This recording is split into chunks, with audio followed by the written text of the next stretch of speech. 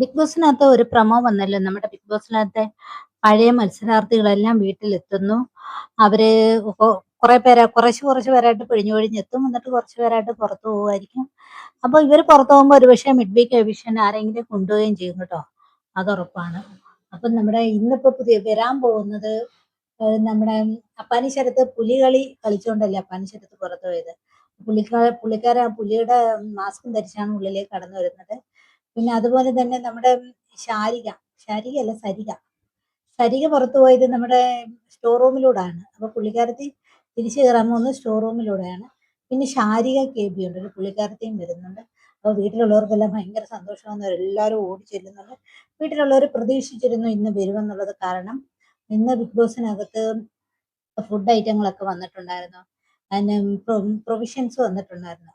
അപ്പൊ വന്ന കൂട്ടത്തിൽ കൂടുതൽ സാധനങ്ങൾ എത്തിയിട്ടുണ്ട്. അപ്പൊ കൂടുതൽ സാധനങ്ങൾ എത്തിയപ്പോൾ തന്നെ ആ വീട്ടിലുള്ളവർക്കെല്ലാം മനസ്സിലായി പഴയ ആൾക്കാരൊക്കെ വരുന്നുണ്ടെന്നുള്ളത്. അപ്പൊ ഇന്ന് 3 പേര് വരുന്നതായിട്ടുള്ള ഒരു പ്രൊമോയാണ് കാണിച്ചിരിക്കുന്നത്. ഒരുപക്ഷെ 3 പേരായിരിക്കത്തില്ല, ബാക്കിയുള്ള ആരെങ്കിലും ഒക്കെ വരികയും ചെയ്യുമായിരിക്കും. ഇന്നും നാളെയും മറ്റന്നാളും ഒക്കെ ആയിട്ട് ഒരുപക്ഷെ ഇതൊക്കെ കാണിക്കുമായിരിക്കും.